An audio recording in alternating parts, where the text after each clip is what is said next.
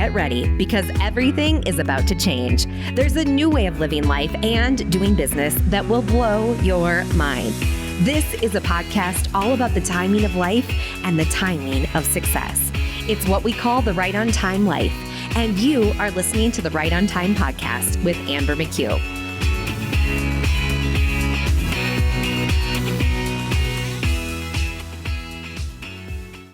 Hello. Amber McHugh here, your host for the Right on Time podcast. Excited today to dig into what is it? What is the modern CEO? What am I even talking about here? And what are 6 things that modern CEOs do differently than your average CEO, that do differently than all of the entrepreneurs you know and love out there? There is a different way of leading that modern CEOs embrace. And we're going to dive into 6 of those things today. Some of them you may be doing, some of them you might be surprised on. So listen in. But first, what is a modern CEO? Modern CEOs are doing things different. Yeah, they can live and work from wherever. You define what it means to win. And you're operating different from an entrepreneur in that we are stepping out of an employee, all the things mindset, and we're elevating into a growth mindset from a leadership and a CEO perspective. I love this idea of the modern CEO because as we're growing businesses like you are, no matter what stage you're at, this role exists. Yes, it does. No matter what stage you're at, even if you just started your business yesterday, this role of modern CEO exists. Maybe we're ignoring it, but it's there.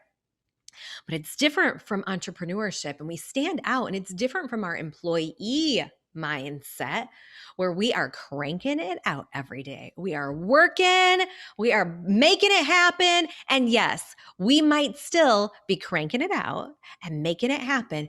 But as you grow and as you elevate, I need you to carve out time to identify what is it that I should be doing as I'm leading my company forward, right? As I'm leading my business forward, what do I need to be thinking about? And I want to get really specific on some of those things that modern CEOs do that you may, again, or may not be doing. Because when we can set you up for success as a modern CEO, your growth will come faster. It's going to feel easier. You will feel more empowered, not by anyone else, but entirely by yourself and the way that you are showing up in your business. And I want that for you because so often I hear from entrepreneurs that we start our businesses for freedom. But how free are you feeling right now as you are running your business? Think about your colleagues, your business BFFs. How free are they feeling? Or is there stress? Is there overwhelm? Is there fear? And we want to shift that and we want to elevate. So that's what we're diving into today. So we can elevate into that modern CEO role, thinking about 6 things that modern CEOs do different. The first one is the one I love the most for its creativity. I learned this approach and this strategy from the Zappos and more specifically, the Delivering Happiness team. The Delivering Happiness team taught me that when we are leading in businesses, right, whether you're an employee or a CEO, but definitely if you are running your company as a modern CEO and freedom-seeking entrepreneur, you have to be able to flip pancakes. What do I mean by that? I actually burn my pancakes quite frequently, especially the first 3 or 4. Anybody else? Please do not leave me hanging on this. I burn those pancakes. But you know what? On the other side of the burnt pancake is opportunity. It might be burning on one side, but when you're looking at that pancake, I have not burnt the other side of this pancake yet. So we can flip it. And we can see opportunity and find opportunity on the other side of that pancake. And this is part of us stepping into that modern CEO role. We've got to become professional pancake flippers. And as things are on fire, as things aren't going as we expected, we cannot sit and we cannot dwell on that. Modern CEOs are not dwelling on what's not working. We're learning from what's not working and we're flipping that pancake. And we are identifying where the opportunities are. This leads me to item number 2. This one might surprise you. Number 2, yes, modern CEOs and leaders of growing businesses, entrepreneurs who are starting growing businesses, have vision. You have a vision for what you want to create. You have a vision for where you want to be going. You may be familiar with the term visionary, that this is the role in the organization that only you, as the leader of this team, of this company, of this business, hold on to. So yeah, you've got vision. However, the most successful modern CEOs are also able to adapt and respond to what is happening in the market. I've got a vision, yes, but I don't know exactly how I'm going to get there. I am not so married to how I get there that I will derail myself and take myself off the path, right? I have a vision, but I'm going to adapt as I get there based on what is happening in the marketplace, based on what I'm learning as I go, based on how my marketing is working and how I need to adjust and adapt my message to serve my audience better, to sell my products and my services so I can show up for my audience. And so ultimately, I can reach my goals as well. So, yes, hold on to your vision, but vision isn't the end all be all. This is only part of what it is to grow a business, and you have got to be able to adapt. The most successful CEOs are adaptable when it comes to executing and stepping in to getting results and moving toward that vision. As I sat with them, like, oh yeah, okay, it's not necessarily all about the vision, right? And even low performing CEOs have vision.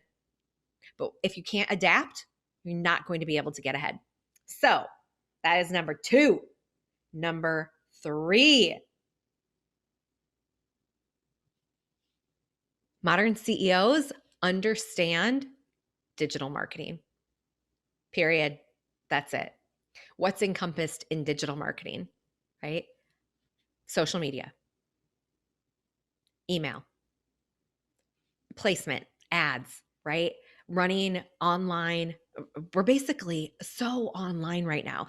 I used to think about the modern CEO was working from everywhere. Everyone's working from everywhere right now. And CEOs, business owners, entrepreneurs who don't understand the digital landscape, we're going to struggle. So I want to make sure that you understand how to operate online, and you can pick your path, organic versus paid, right? You're either going to invest your time or you're going to invest some money in growing this business, even in the digital landscape. And it's always changing. So this ties in what we just talked about on adaptability, but you've got to be able to dial in your digital marketing strategies, and you've got to understand how digital marketing works. You don't have to know how to update Facebook for iOS updates. No, that doesn't necessarily have to be your zone of genius. We can pull in experts for that, which leads me to item number 4. Modern CEOs know when it's time to pull in an expert. If you're working on something, if you're intrigued by something, but you don't understand it, but you think it could help your business, if you know that you need to execute on something, but it's not happening because you have no idea how, it's time to pull in an expert. In fact, in the book Business Brilliant, which I talk about a lot, self-made millionaires and billionaires will pull in an expert 9 out of 10 times when they know that someone else can do it better than they can do it. Conversely, it's those people who stay in the middle class that keep trying to DIY it. So if you are still in that DIY mindset, I want to invite you to start to shift out of that right now. Yes, in the digital marketing world, in the age of online businesses, we can do a lot more on our own. But please don't do everything on your own. Please tap into mentors, experts, advisors, right? Because it's a lot for you to carry alone, and you don't have to do it all alone, right? That's how you'll shift into the lifestyle that you want, the freedom that you want, the financial success that you want. It's if we lean on each other. In fact, just thinking in my head right now, I am working with a number of experts as I move into a new season of my business, working with an SEO expert, talking to ads experts on different platforms there. Reached out to the CEO of another company who I'd be interested in connecting with because I think we can probably collaborate more.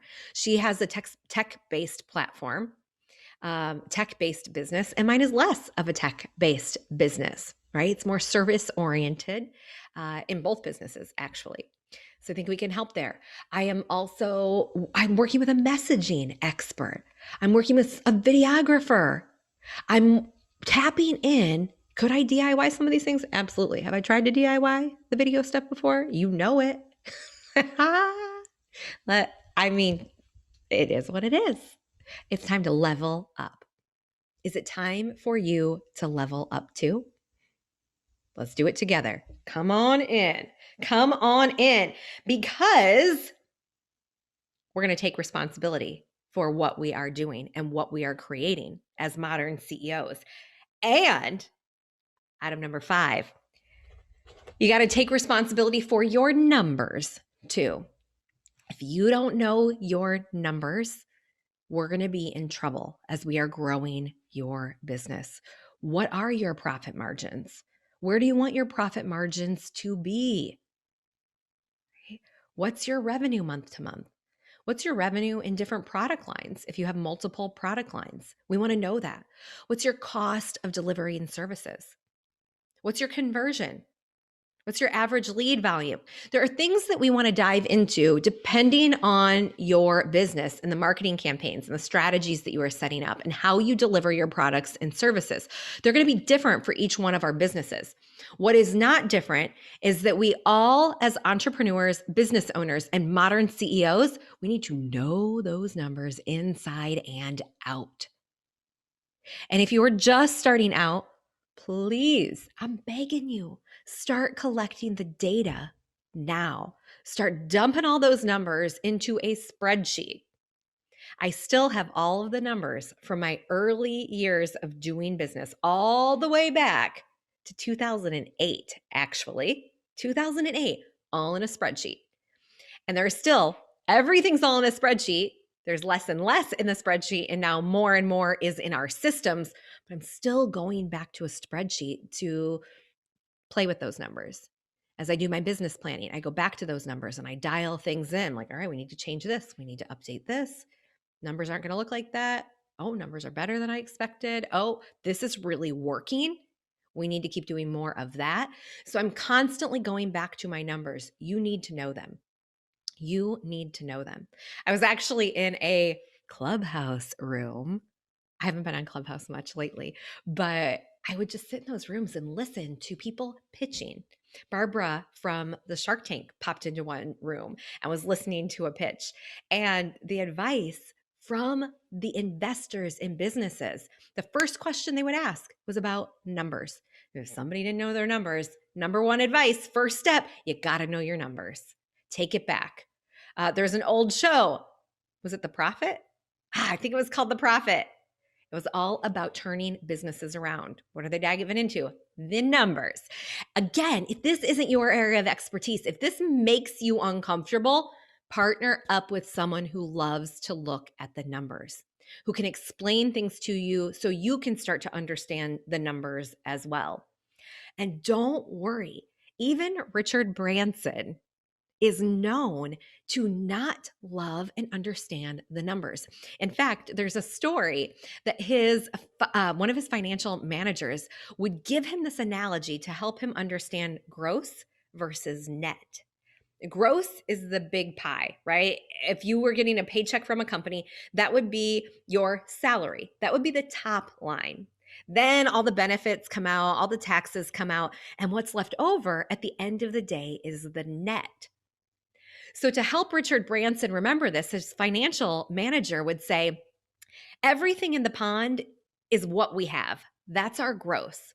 And what you scoop out in the net is what's left over at the end of the day after we pay all of the bills and pay all of our expenses. So I thought that that was a really interesting story to help ground in two things.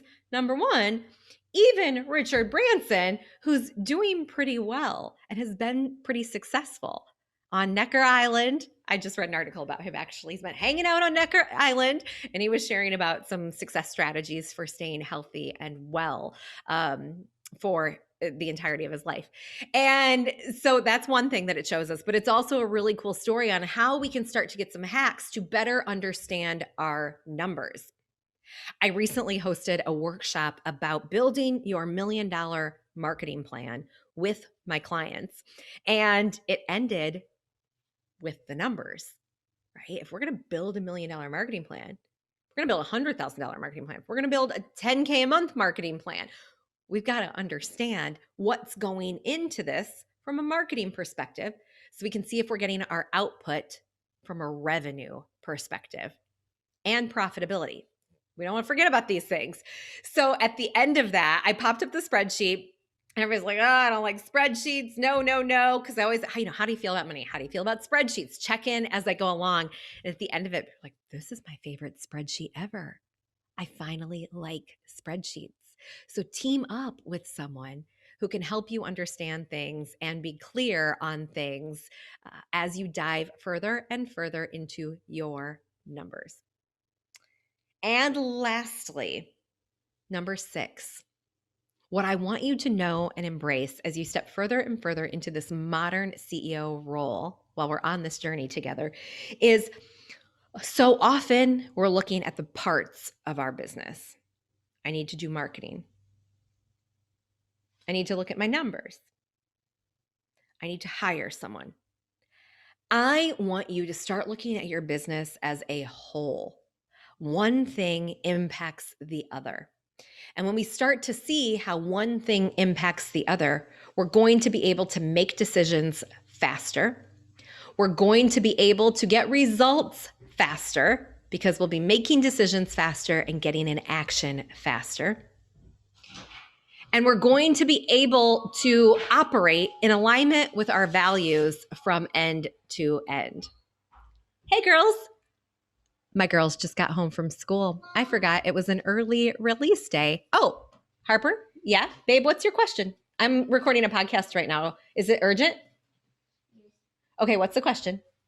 I have a play date at the park at 3:03 today. Okay, we're going to talk about that when I'm off the podcast. We got to regroup on that. Harper has organized a play date. This is actually today. This is actually a great place to land because we've walked through 6 things that you may want to be thinking about if you want to elevate and grow your business without working all the time, without working harder than everyone else. You can do this. We can make this happen. And this is part of my life. I have mentioned in the past that one of the things I love about working from home and running my business from home is that my kids will pop in anytime. And yeah, sometimes I'm like, oh, I got a lot going on. Okay. And then we got to do this. But ultimately, it is one of the most beautiful things. And I'm so grateful for that. And you can also design the life and the business you want to and accelerate how you are going to get there, how long it's going to take, have more ease in how we get there, have more joy in how we get there. And part of that is understanding what your role in your business is and stepping further and further into that. So I'm excited to hear which one of these elements that you are going to pull out and consider in your business. Are you going to start flipping pancakes? Are you going to step further into the digital marketing space and understand that more and more? Are you going to embrace adaptability more, holding on to the vision, but also being able to adapt? Are you going to dive into your numbers? Or are you going to start looking at your business as a whole?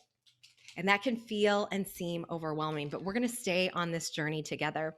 And we are preparing a training series for you called The Modern CEO Way. And if you want to hop on the wait list for that, it's coming summer 2021. You can pop on over to ambermchugh.com/modern CEO, and we'll let you know when it's fully ready for you. And for now, this is goodbye. This is good luck. This is I love ya. You are awesome. Keep doing what you're doing. You are creating something big in the world, and you are right on time. Off to hang out with the kids. Bye.